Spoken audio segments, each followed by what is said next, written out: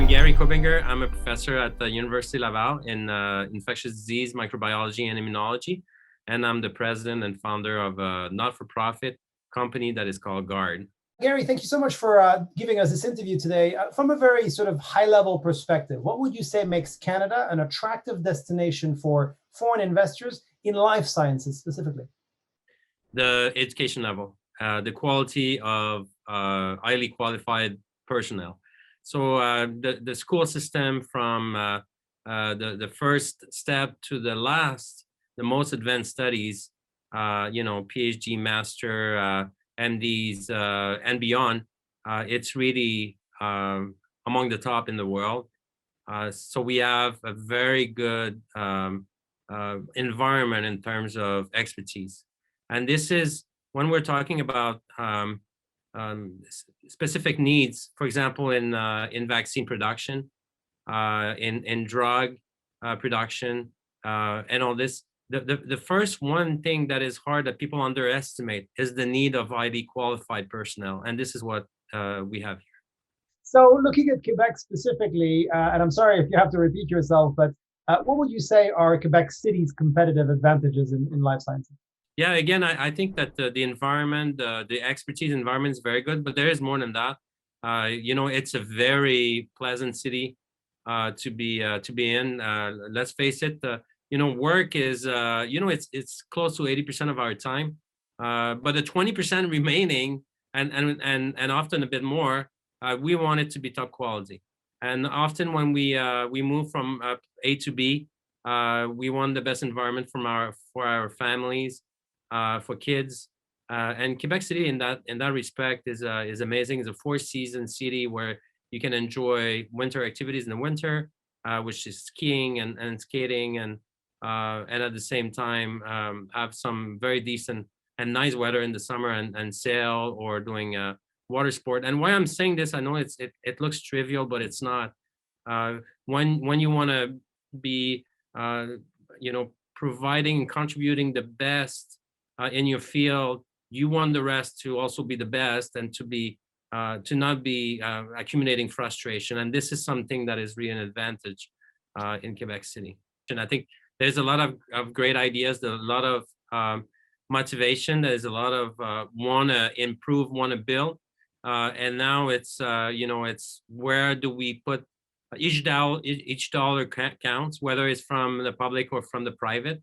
And it's really about how do we build things in the most efficient way for the city, for the region, for the country, and beyond, also for other countries, for the international stage.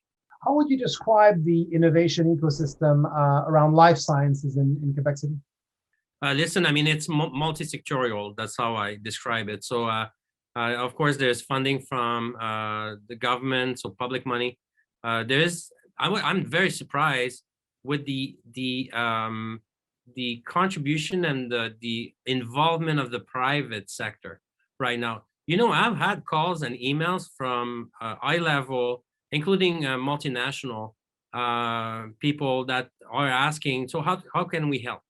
We are a multinational. We have 200 plus buildings across the world, and we started here in Quebec. We're still here. Our main operations are here. We need vaccine. How can we help in making this happen? And so this to me was quite unique and very interesting. I'm not used to have the private industry, calling into academic lab or not for profit to offer help and support, whether financial or others offered land or buildings if we needed the space. And so I thought that was very inspiring, actually. There is all the academic sectors. So University Laval, there is University du Québec à Québec. There is even other school. I don't want to minimize. Also, there's very great contribution from the college level, pre-university, that have made throughout the years great investment in technical capacity, notably some plastic and building capacity. And so this is very vibrant. Of course, there is all the private, there is big, large pharma like GlaxoSmithKline. There's Medicago that is going from a small to medium to, I think they are really on track to become a large pharma as well. So there is also this not-for-profit like ours. There is small biotech. There's all sorts of new projects that are often actually coming out of partnership between the private, the public, whether for-profit or not-for-profit sectors. And so this is all at play right now. And so we're lucky here also to have a strong input from the engineering crowd. So engineering in Quebec is very strong with SNC Lavalin and many others.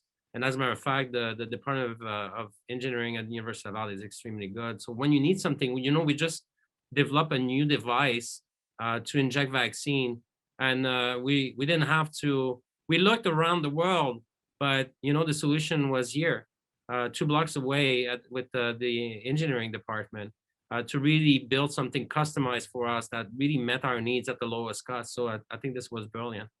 Now, life sciences is, I would say, probably one of the top 5 priority sectors for Canada as a whole. And so other markets, other cities, including Montreal, for instance, but in other parts of the country and frankly the world, are going to be competing for, for ultimately the same market.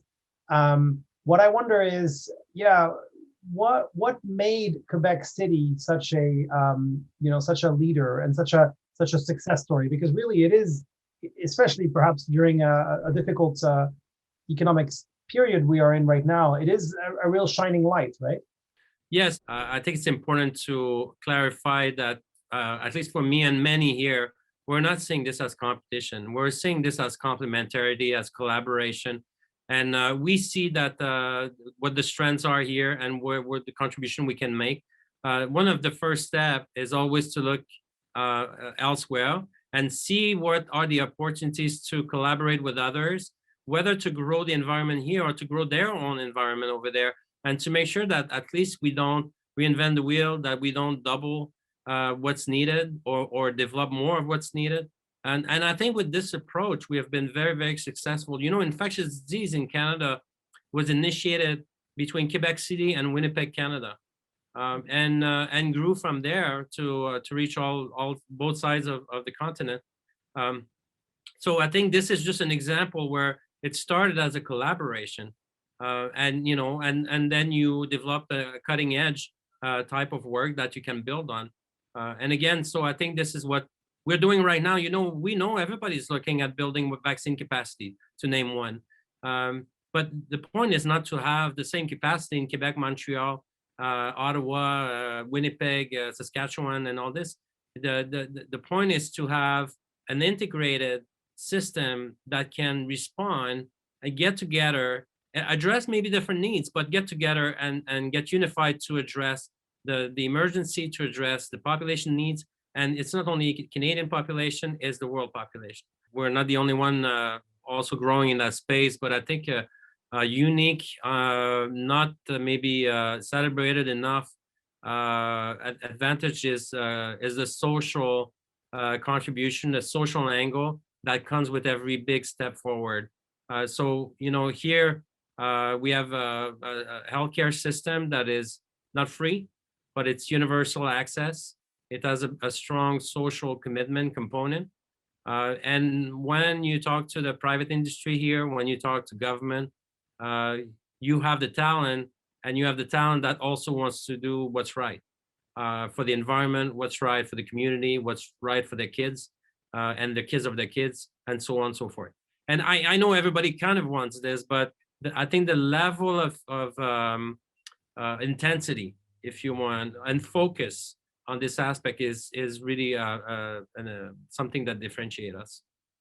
I love it. I love it. That's the kind of message we need to spread. So I mentioned the pandemic, obviously, the sort of elephant in the room for over a year now.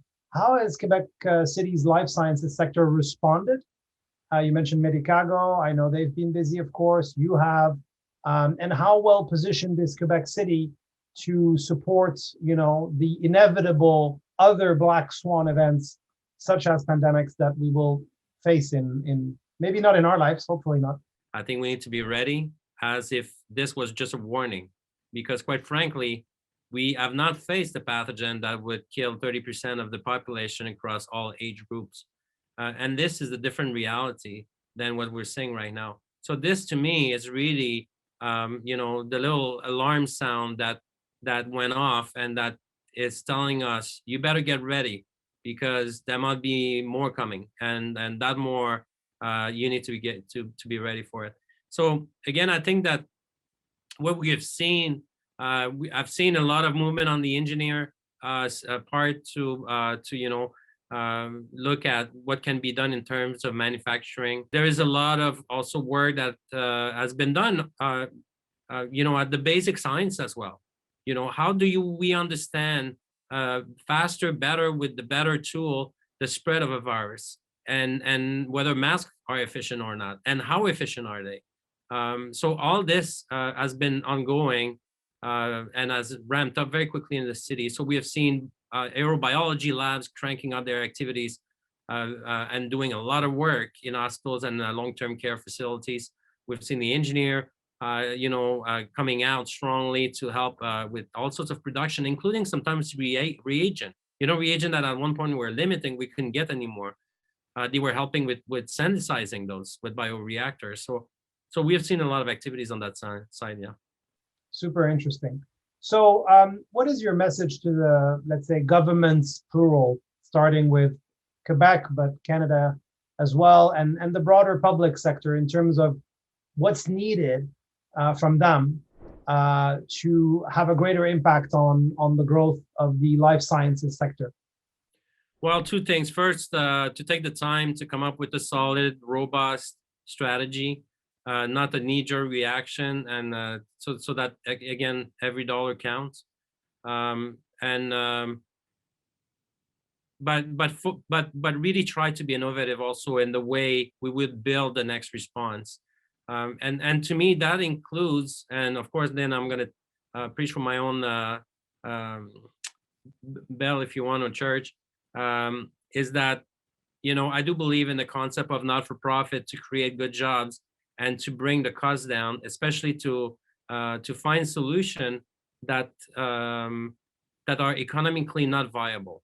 So, for example, to develop vaccine or to develop drugs that are not necessarily viable economically, but through partnership between for-profit private structure, not-for-profit private structure, and the public, I think we can have something very innovative here, and something especially more flexible, something that can really adapt to any kind of situation.